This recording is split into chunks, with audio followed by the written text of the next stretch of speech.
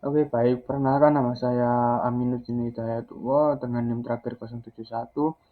Saya perwakilan dari kelompok 2 yang akan mempresentasikan pemurnian air laut menjadi air bersih. Dan ini untuk nama anggotanya, yang pertama Muhammad Syakif Al-Fawas dengan NIM terakhir 078, dan saya sendiri dengan NIM terakhir 071, yang ketiga Afri Zulfi M dengan NIM 116, yang keempat Muhammad Sofarudul Fahmi Abdillah dengan NIM terakhir 178, dan Rangga Dimas Pambudi dengan NIM 084. Untuk latar belakang, yang pertama, ketersediaan air bersih semakin menurun akibat polusi urbanisasi dan perubahan iklim. Yang kedua, 97% air di bumi adalah air laut dengan kadar garam tinggi, tidak langsung bisa digunakan. Yang ketiga, desalinasi menjadi solusi strategis untuk menghasilkan air bersih dari air laut. Untuk yang keempat, digunakan dalam konsumsi rumah tangga, industri, dan pembangkit listrik.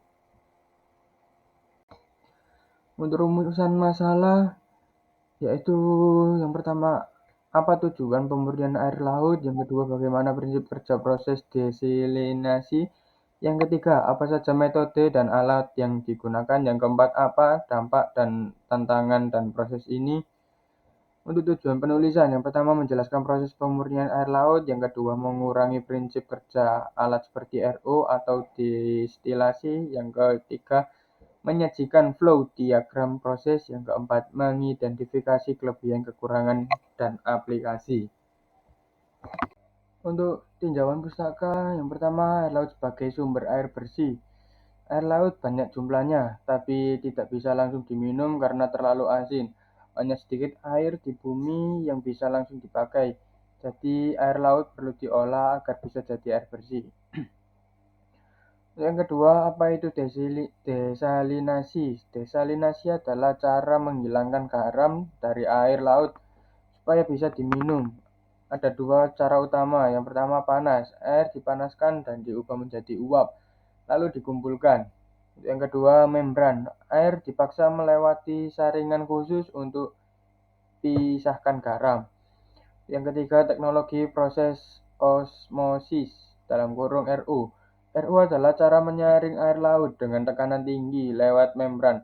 Hasilnya air bersih sedangkan garam tertinggal. Teknologi ini hemat energi dan banyak dipakai.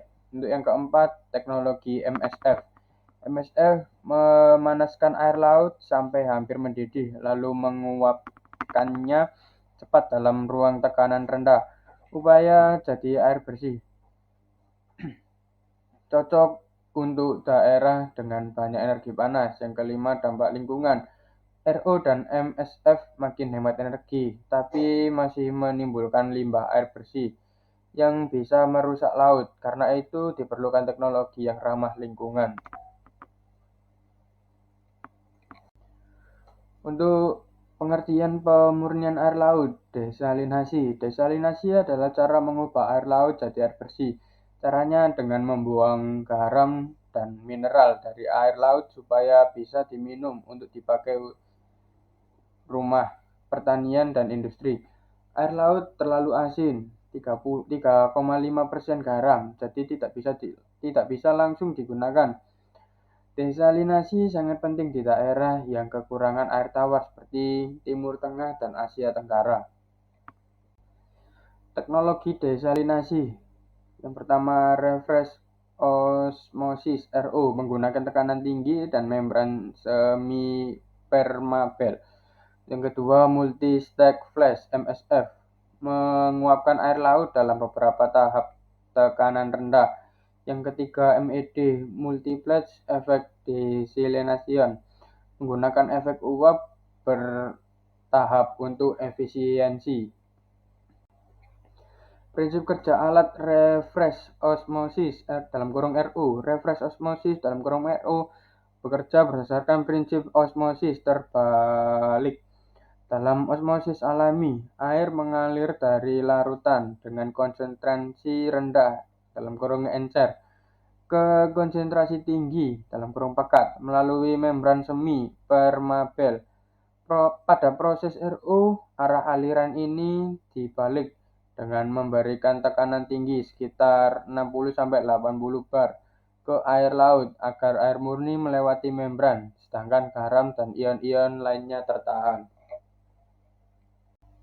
Keunggulan teknologi RO yang pertama, efisiensi tinggi dalam menghasilkan air bersih. Yang kedua, konsumsi energi relatif lebih rendah daripada destilasi. Yang ketiga, fleksibel, dapat digunakan di rumah tangga hingga industri besar. Yang keempat, hasil air sangat murni, mendekati standar demineralisasi. Tantangan teknologi RO yang pertama, biaya awal yang tinggi untuk instalasi dan peralatan. Untuk kedua, konsumsi energi tetap signifikan, terutama untuk pompa tekanan tinggi. Yang ketiga, limbah braille dalam kurung air sisa yang sangat asin dapat mencemari ekosistem laut jika tidak dikelola dengan baik. Untuk yang keempat, fouling membran akibat partikel mikro dan senyawa kimia menyebabkan penurunan efisiensi dan memerlukan perawatan rutin.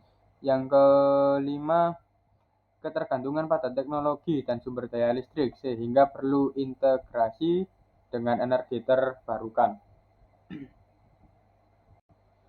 Untuk kesimpulan, desilinasi air laut terutama dengan teknologi reverse osmosis dalam kurung RO adalah solusi efektif untuk menghasilkan air bersih dari air laut.